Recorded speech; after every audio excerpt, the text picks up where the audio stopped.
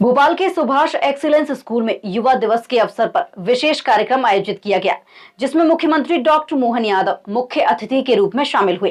कार्यक्रम में पीडब्ल्यूडी मंत्री राकेश सिंह भी मौजूद रहे। कार्यक्रम को संबोधित करते हुए मुख्यमंत्री डॉक्टर मोहन यादव ने युवाओं से नशे और गलत आदतों से दूर रहने की अपील की। उन्होंने कहा कि आज का युवा तेजी से नशे और बुरी प्रवृत्तियों की ओर बढ़ रहा है, जो समाज के लिए गंभीर चिंता का विषय है। मुख्यमंत्री ने स्वस्थ जीवन शैली पर जोर देते हुए कहा कि युवाओं को रोजाना कम से कम आधा घंटा योग करना चाहिए और यदि पूरा योग संभव ना हो तो सूर्य नमस्कार को दिनचर्या में शामिल किया जा सकता है। उन्होंने कहा कि युवाओं में पढ़ने की आदत कमजोर होती जा रही है, जिसे दोबारा विकसित करने की जरूरत है। खेलकूद, योग और पढ़ाई को जीवन का हिस्सा बनाने के साथ साथ रुचि के विषयों को पढ़ने की भी उन्होंने सलाह दी। मुख्यमंत्री ने भारतीय सनातन संस्कृति का उल्लेख करते हुए कहा कि भारत अपनी मूल परंपराओं के साथ आगे बढ़ रहा है।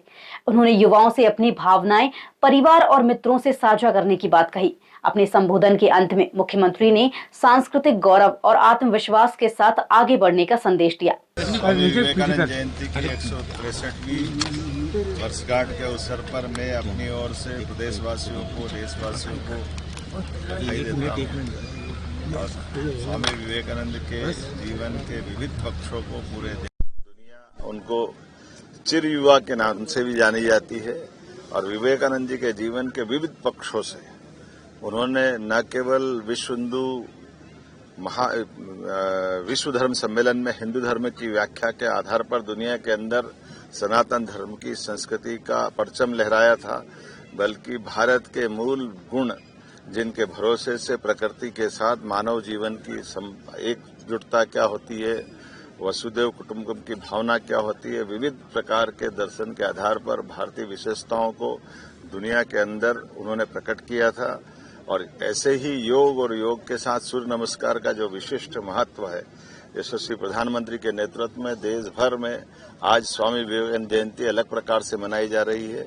और ये भी एक और कारण है कि समुद्र के किनारे सोमनाथ के मंदिर में भी एक साल तक 1000 साल के पुराने उस अतीत के काले धब्बे के आधार पर जहां देश का मान मर्दन करने का प्रयास किया था, आजादी के बाद सरदार वल्लभ भाई पटेल के नेतृत्व में न केवल सोमनाथ का मंदिर पुनः दुनिया के सामने अपना सीना तान के आस्था और विश्वास के साथ खड़ा है। हमें गर्व है इस बात का कि आज स्वाभिमान के उस सूर्य का दुनिया दर्शन कर रही है। यशस्वी प्रधानमंत्री के नेतृत्व में दुनिया का सबसे बड़ा लोकतांत्रिक देश अपनी सनातन संस्कृति के साथ साथ सभी लोगों को लेकर के दुनिया के अंदर विकास का नया परचम लहराने के लिए आगे बढ़ रहा है। आइए हम सब विवेकानंद जयंती के अवसर पर, युवा दिवस के अवसर पर दुनिया के सबसे युवा देश और सबसे युवा कुछ चुनिंदा प्रदेशों में से मध्य प्रदेश भी है, मेरी अपनी ओर से 9 करोड़ वासियों को बधाई, देशवासियों को बधाई, विवेकानंद जयंती की बधाई। युवा दिवस पर मुख्यमंत्री के इस संबोधन ने युवाओं को स्वस्थ, जागरूक और जिम्मेदार नागरिक बनने का संदेश दिया।